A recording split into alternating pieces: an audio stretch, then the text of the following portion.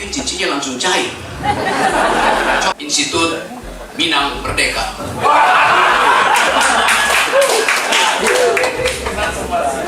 Karena yang diuraikan adalah semacam protes politik berbasis pengetahuan akademik. Saya juga baru tahu bahwa 1956 Buya Hamka mendirikan sekolah ini dengan berbasis pada filosofi, yang disebut falsafah dan hukum masyarakat. 1956 Buya Hamka tidak pernah lulus sekolah hukum, tidak pernah punya gelar profesor doktor, tapi dia punya pengetahuan tentang filsafat dan hukum. Kenapa begitu? Karena Buya Hamka tidak memakai cincin berlian. Jadi Anda bayangkan seseorang bisa memprediksi bahwa akan ada kekacauan di 2024 kalau hukum itu tidak diasuh oleh ibunya, yaitu filosofi. Itu yang terjadi di Mahkamah Konstitusi. Sekedar mendalilkan tetapi tidak tahu konsekuensi dari dalil itu. Saya lanjutkan sedikit kuliah ini.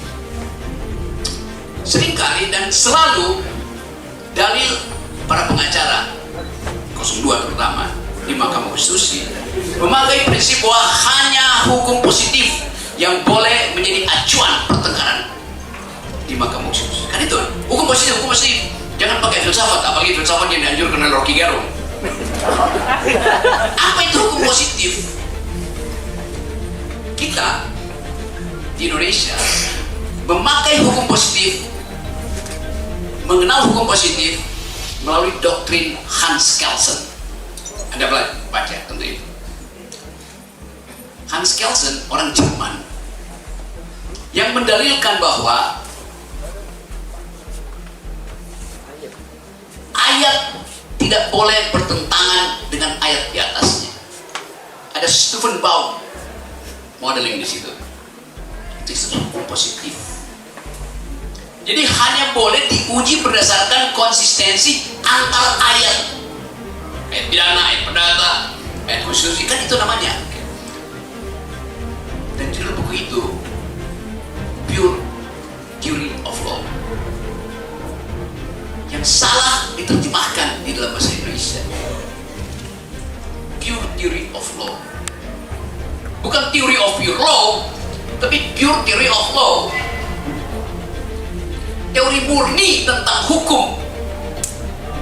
Itu bahasa Indonesianya.